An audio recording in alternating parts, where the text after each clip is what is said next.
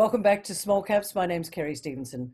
Today, I'm delighted to be speaking with Jeremy King. He is the chairman of Sultan Resources. The ASX code for Sultan is SLZ. Welcome to the program, Jeremy. Thank you, Kerry. Now, let's start with a little bit of background about Sultan Resources. You listed approximately 2 years ago. Let's talk about the development from there. Sure. So as you said, 2 years ago, the company listed. We listed off the back of some gold and base metals tenure in Western Australia. But at the same time, we've always been a company that's been looking around for additional assets to add to the portfolio. And I guess as we were doing that towards the end of last year or from mid last year, we could see the Lachlan Fold Belt in particular was an area where the investment community was particularly interested in. We try to listen to the market where we can. So we started to look around for new assets seriously in that part of the world earlier this year. And around March this year, we managed to strike a deal on what we believe is some excellent territory in the Lachlan Fold Belt, in the eastern part of the Lachlan Fold Belt. A long strike from Cadia and Boda, the Boda discovery. So we think that the ground's excellent, and that's what we did around. We announced the deal, I think, late March. Finally concluded it in late June, and I guess that's been investors might have known probably been the reason behind the uptick in the share price from the early part of this year to where we are today. And we think there's a long way to go, but it's been a good start so far. So really, this is very much a new acquisition. The Lachlan Fold Belt, obviously here in New South Wales, is garnering quite a lot of attention at the moment. Let's talk a little bit more about this acquisition, how you came across it, and what your plans are in terms of IP survey, and then obviously following on from that. Sure. So I guess the Lachlan Fold Belt, in a way, is an interesting part of the world, because for a long time, from an ASX perspective, it flew under the radar a bit. Investors, and particularly gold investors, are obviously always interested in the Western Australian story, the East Kalgoorlie story, Sunrise Dam, etc., Kalgoorlie Super Pit. But the Lachlan Fold Belt was there, but didn't get a lot of attention. And I think it was probably the discovery by Alkane, the Boda discovery, which really brought that back into perspective. And of course, it's always been a world-class area in terms of mineralisation. The Cadia asset is world-class. And so with that as background, we started to look at the area more closely in terms of what was available. And really, it was one of those introductions through the network of mining investors, etc., who knew that we were interested in looking. And the group that are behind the assets are very technically focused. They've got a lot of experience in the region. And their day job, if you like, is managing exploration programs for some of the major companies that are in that region. Wow. So they had these assets, they've done the initial work, and as I say, they're very technically focused, making sure that all the boxes are ticked in terms of making sure you're in the right region, the right rocks, the right signature. And so that gave us a lot of comfort. We did some DD, and we managed to come to commercial terms kind of mid-March or so. Okay, so what can our investors, or your investors, hope to see in the coming couple of months? Because you've made the acquisition. It's quite transformational for the company, would you say? Yes, absolutely. We view it as a transformational acquisition. So what's next for the company? You're going to do some IP surveys? Yeah, that's right. So the last piece in the pre-drilling puzzle, I suppose, is the IP survey. So the soil anomalies are there, and the soil samplings have demonstrated large targets, scale. The rock trips have been spectacular, particularly Big Hill, up to 25% copper, and a lot of gold as well, which is unusual. And so But in each of the three major prospects, which are Big Hill, Ringaroo and Tuckland, we need to do a IP survey to make that last confirmation as to exactly where to put the drill bit. And so that will be carried out over the next, let's say, 1 to 3 months. And then the plan is to immediately go into drilling later in the year, probably end of Q3, early in Q4. So we're excited.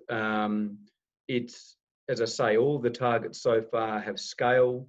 All of them have high grades. All of them are along strike from major operations. It's an exciting time. How big is the holding? I'm just trying to do a visual on this as well. You mentioned 25% copper. That's pretty high, isn't it? And that is extremely high. So that was a Big Hill, and that is, we're a little astonished, to be honest, that a tenure was available in this part of the world on such scale. And we've got 330 square kilometres now in total. But Big Hill has outcropping mineralisation. I mean, copper's on the ground there.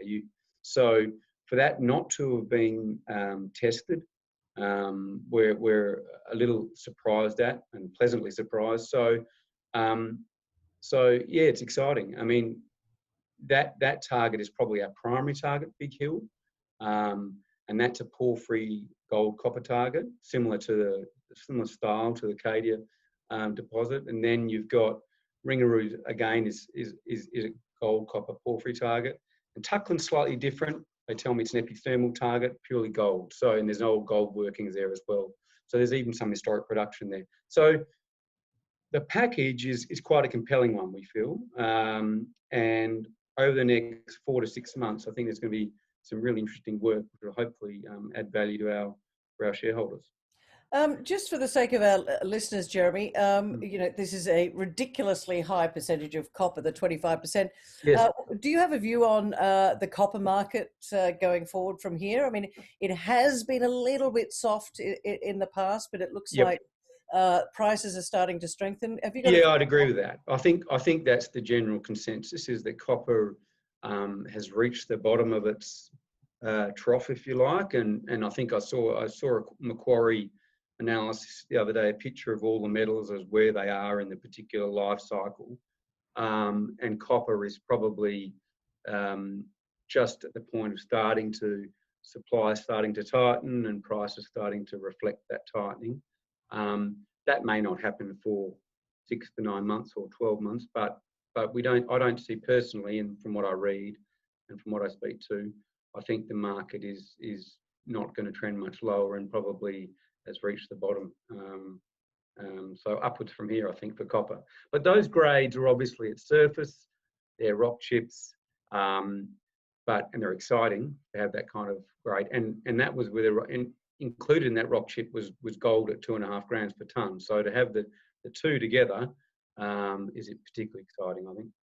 And do you think, is it on the same sort of structure as Acadia? I mean, you said... It is. Big Hill is along the same structure from Cadia and Boda. So it has the signatures of those kind of discoveries. We've still got to do the IP to make sure that there's a big red dot over the right spot. And provided that's there, we're excited. And look, with a market cap of what are we? About 8? Yeah, 8 or 9 million, with a couple $1 million in the tin as we speak.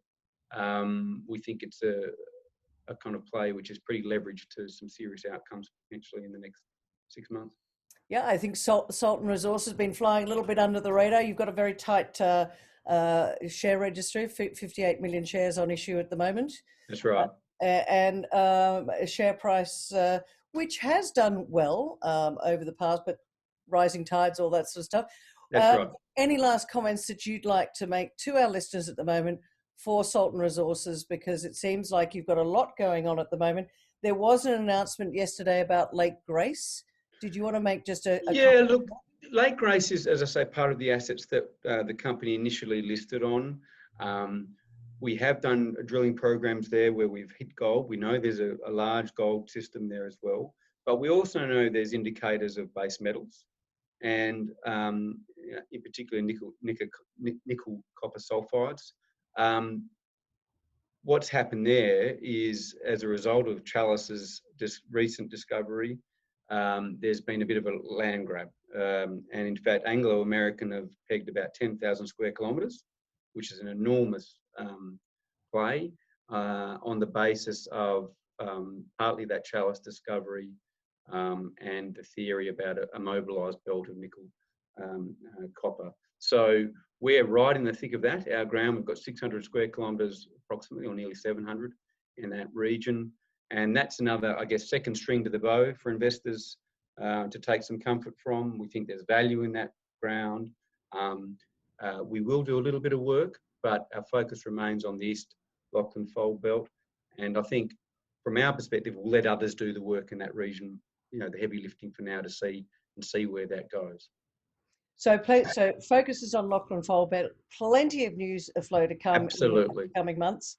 Absolutely. And all right, great. Well, thank you for the investor update, Jeremy. It's been a pleasure talking with you today, and we'll talk to you again in a few months and see how you're doing.